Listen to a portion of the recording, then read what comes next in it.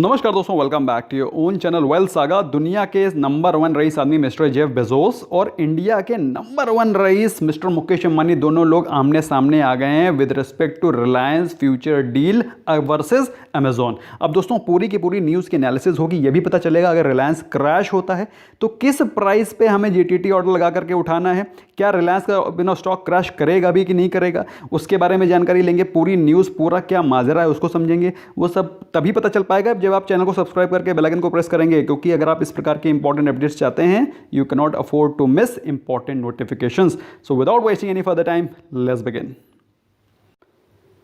पहले तो समझो माजरा क्या है भाई। अमेजॉन सिएटल में बेस एक कंपनी है, सिएटल एक यूएस में बेस शहर है।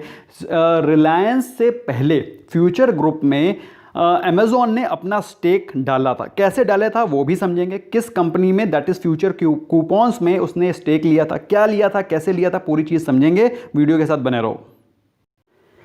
ये बात तो आपको पता ही होगा कि रिलायंस और फ्यूचर ग्रुप में एक डील हुई है जिसके तहत रिलायंस ने फ्यूचर ग्रुप के कंपनीज़ में अपना स्टेक खरीदा है और मिस्टर बियानी जी ने पूरी की पूरी एक कॉम्प्लेक्स डील करी जिसमें कि सभी शेयर होल्डर्स जो कि वेरियस ग्रुप्स में हैं उनको फ्यूचर एंटरप्राइजेज लिमिटेड FEL के शेयर मिलेंगे। इसका मैंने ऑलरेडी वीडियो पोस्ट किया था जिसमें कि मैंने आपको बताया था खाली चने निकाल लिए और खाली कुकर गैस पे चढ़ा दिया, वो काइंड ऑफ वीडियो था। आई एम श्योर आपने उसको देखा होगा। तो कुल मिलाकर के सभी ग्रुप ऑफ कंपनीज को मर्ज करके उनको स्वैप मिलेगा FEL। तो दोस्तों FEL के स्वैप के बारे में हम लोग जानकारी लेंगे। हम लोग जानकारी लेंगे अमेजॉन की डील में क्या भसड़ हुई है।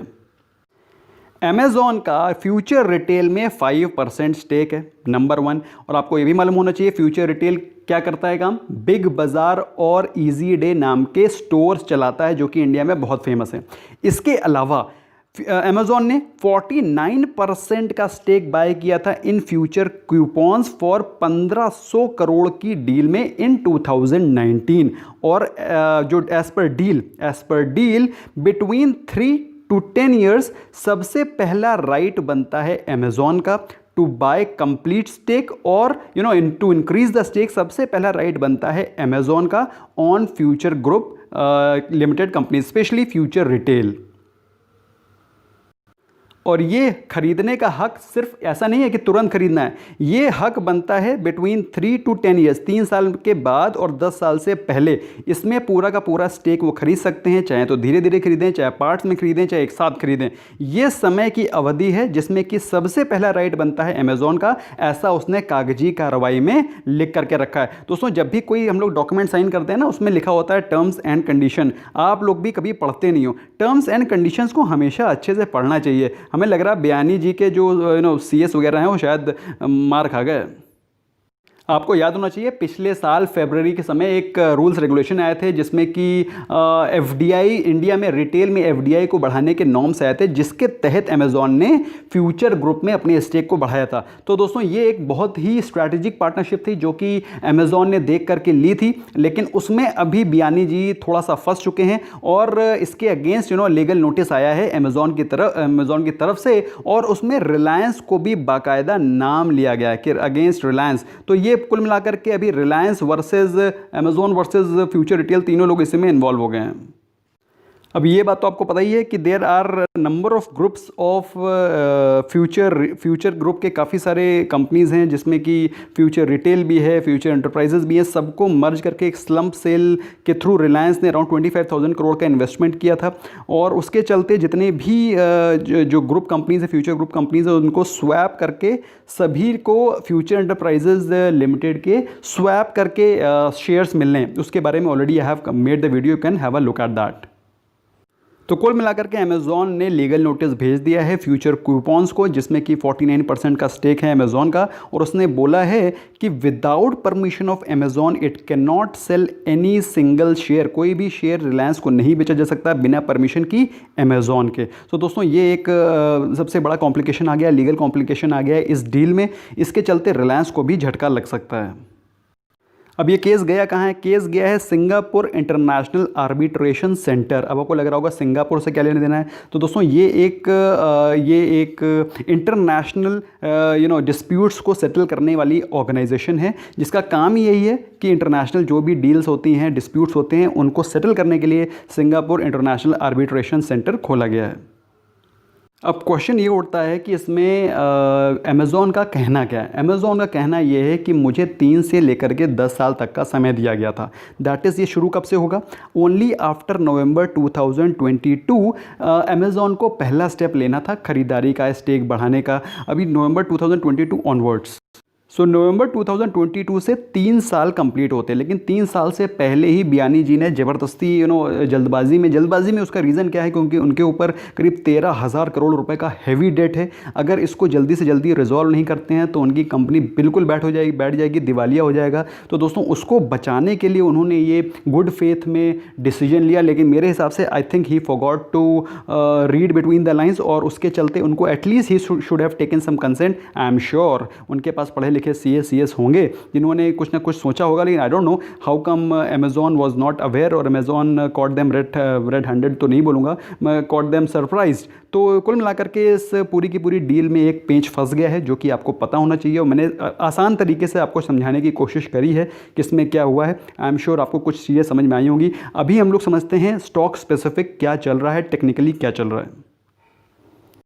तो दोस्तों हम लोग देखते हैं कि भाई स्टॉक में क्या चल रहा है। सबसे पहले जानते हैं रिलायंस के शेयर से पहले जानते हैं फ्यूचर रिटेल में क्या चल रहा है, क्योंकि अमेज़ॉन ने तो बोल दिया इस पूरी की पूरी डील को कॉल ऑफ कर दिया जाए, कैंसिल कर दिया जाए। तो अगर इसको कॉल ऑफ किया जाता है या कैंसिल किया जाता है तो रिलायंस को तो इफेक्ट पड़ेगा ही पड़ेगा, उससे ज़्यादा इफेक्ट पड़ेगा फ्यूचर ग्रुप को और स्पेशली फ्यूचर रिटेल को, क्योंकि एक महीने में स्टॉक ऑलरेडी 20% टूट चुका है, क्योंकि ये स्टॉक काफ़ी तेज़ी से भागा था। जब ये न्यूज़ आई थी कि काफ़ी लोगों को स्वैप रेशो मिलेगा, FEL के स्टॉक मिलेंगे, और दोस्तों मैंने उसी दिन बता दिया था कि इस डील में सिर्फ एक ही विनर है, वो है मुकेश अंबानी जी। इसके अलावा और किसी को कोई बेनिफिट नहीं होने वाला है। स्पेशली फ्यूचर रिटेल के ग्रुप में तो कुछ भी दम बची नहीं है, तो ये सिर्फ बेनिफिट है तो ये सिर्फ रिलायंस के लिए। दोस्तों अगर ये डील कॉल ऑफ होती है तो नुकसान तो दोनों का होगा, लेकिन फ़ायदा सिर्फ रिलायंस को हो रहा था। तो ओवरऑल बात करें एक साल के परफॉर्मेंस की, तो Reliance Future Retail is approximately 80% down from its highs.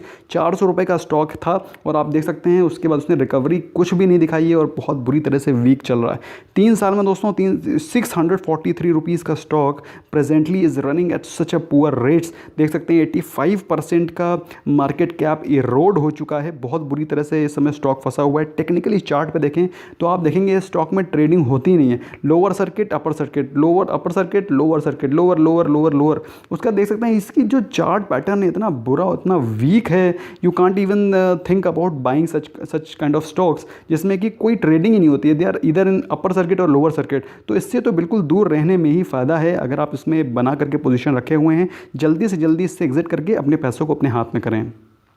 तो इसमें मैं ज़्यादा समय जाया नहीं करूंगा, मैं चलता हूं सीधे रिलायंस के स्टॉक के ऊपर कि रिलायंस में क्या चल रहा है। तो रिलायंस दोस्तों आज के दिन तकरीबन 1% के आसपास टूटा था। ऑल्दो रिलायंस ने अभी रिसेंटली जो ज़बरदस्त एक्विजिशंस हुए हैं, एक्विजिशंस तो नहीं कहूँगा बल्कि कहूँगा स्टेक सेल हुई हैं।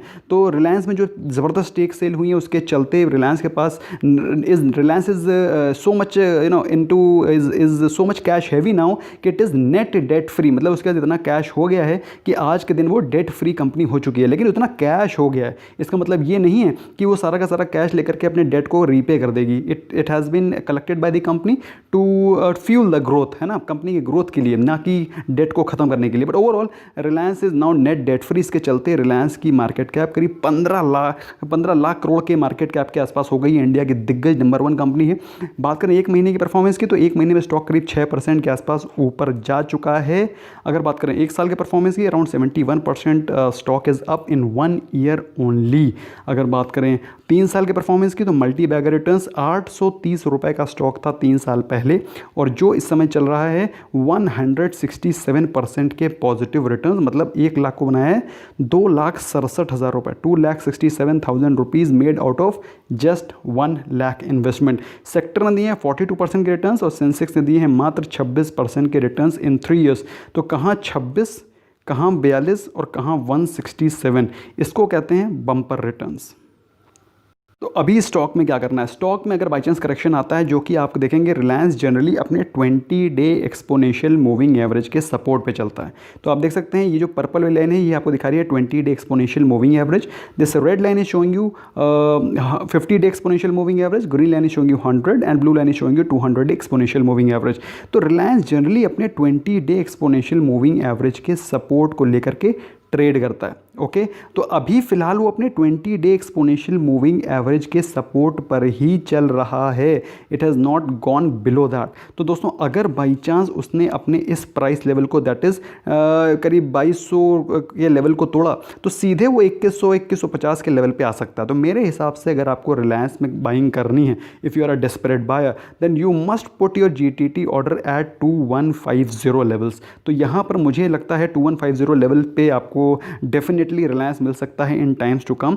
सो you must put your first order at 2150 only. उसके नीचे ही लगाना है, उसके ऊपर नहीं लगाना है, क्योंकि मुझे लगता है 2150 के प्राइस लेवल्स आपको जल्दी ही रिलायंस में दिखाई पड़ सकते हैं।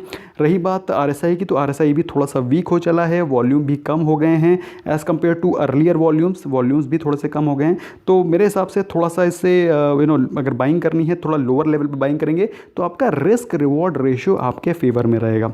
बाकी रिलायंस ज़बरदस्त कंपनी है, अगर आप ऑलरेडी इन्वेस्टेड हैं तो सेल करने की गलती नहीं करनी है। तो that's all from my side. I hope आपको सारे पर्सपेक्टिव क्लियर हुए होंगे।